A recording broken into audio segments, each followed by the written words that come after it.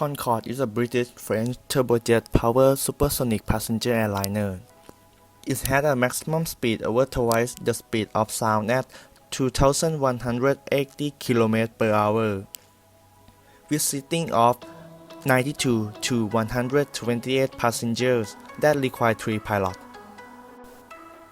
It started research and production in 1960, the joint venture between British Airways and Air France.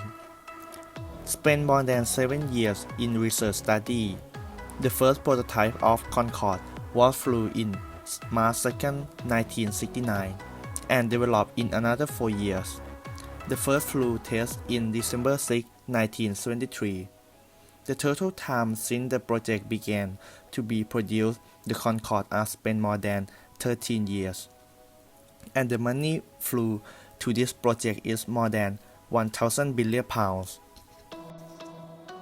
With the speed of 2,158 km per hour, highest service sailing at 18,300 meters, using 4 of Rolls-Royce Negma Olympus 593 that produced its engine around 17,260 km. The building volume of 62 meters long, 12 meters high, after span wing 25.6 meters long. It can fly up to 7,215 km, with the weight is around 78,700 kg. The head of the Concorde can be adjusted for the pilot to be able to see while takeoff and landing. It can adjust up to 12.5 degrees. The first flown in 1969. Concorde entered service in 1976 and continued flying for the next 27 years. It is one of the only 2 supersonic transports to have been operated commercially. The author is the Soviet-built Tupolev Tu-144, which operated in the late 1970s. It service in 1976 and continued flying for the next 27 years. Concorde was jointly developed and manufactured by SUS Aviation and British Aircraft Corporation under an Anglo-French treaty. 20 aircraft were built, including 6 prototypes and development aircraft. Air France and British Airways were the only airline to purchase and fly Concorde. The aircraft was used mainly by wealthy passengers who could afford to pay a high price in exchange for the aircraft's speed and luxury service. Normally, the route from Washington DC to London took around 7 hours, but Concorde takes only 3 hours. Concorde also broke the record to fly across Atlantic Ocean within only 2 hours and 53 minutes. On July 25, 2000, a Concorde route from Paris to New York City suffered engine failure shortly after takeoff when debris from a bus tire caused a fuel tank to rupture and burst into flame. The aircraft crashed into a small hotel and restaurant. All 109 persons on board, including 100 passengers and 9 crew members, died. 4 people on the ground were also killed.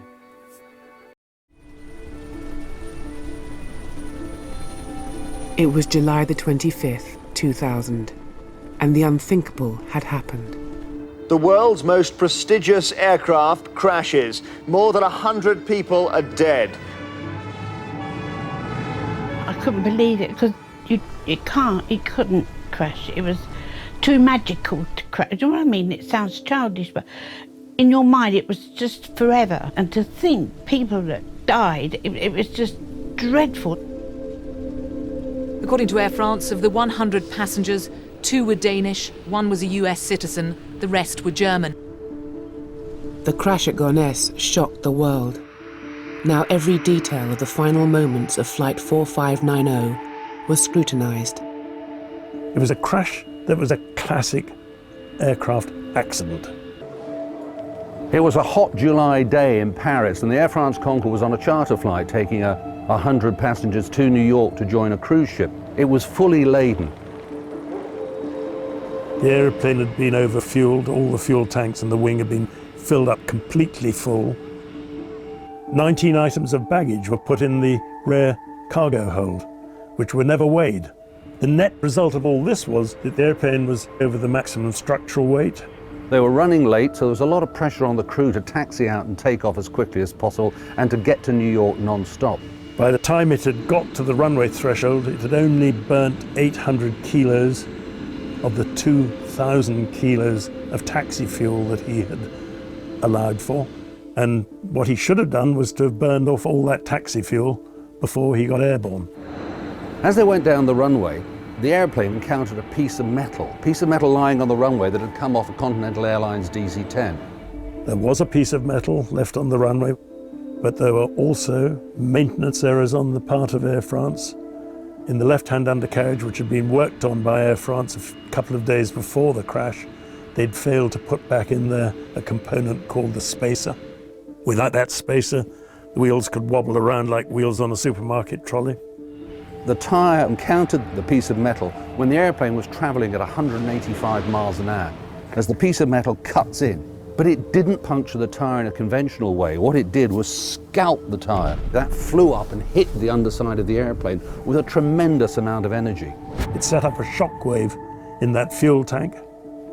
There was no airspace in the fuel tank to absorb the energy of that shockwave. It blew out a piece of metal, not a rupture from inside to out, but a mini explosion from inside, and out came 100 litres a second of fuel. A really massive fire generating a lot of smoke and a lot of unburned fuel, which goes into the engines. The fire warning went off for the number 2 engine, and the flight engineer, without any discussion with the captain or the first officer at all, just went straight into a fire drill and shut that engine down. The pilot rotated the aircraft 15 knots early to try and climb away. It went off to the left-hand side of the runway, hit a runway light before getting airborne. Sadly, staggered into the air. It never remotely reached its in-flight safety speed, which was 220 knots. They tried to climb away, got to about 200 feet, but couldn't climb anymore. But the real damage was done. The real damage was this massive fire. This dreadful blowtorch of fuel, flaming fuel pouring out of tank number 5, causing the centre of gravity to move further rearwards, and this led to the airplane just rearing up. And once that had happened, really sadly, the airplane and all those on board were doomed. It was an accident that should never, ever have happened. In November 2001, with the lack of economy and the accident in February 11, the income of the Concorde is decreased. Also, the cost of maintenance that increased more than 50%. The last flight was in December 24 and shut down in 2003. On April 10, 2003, Air France and British Airways announced they would be retiring their fleet on Concorde aircraft. Air France made its final flight on June 27, while British Airways retired its fleet on October 24 after a farewell tour. Concorde had been in service for 27 years.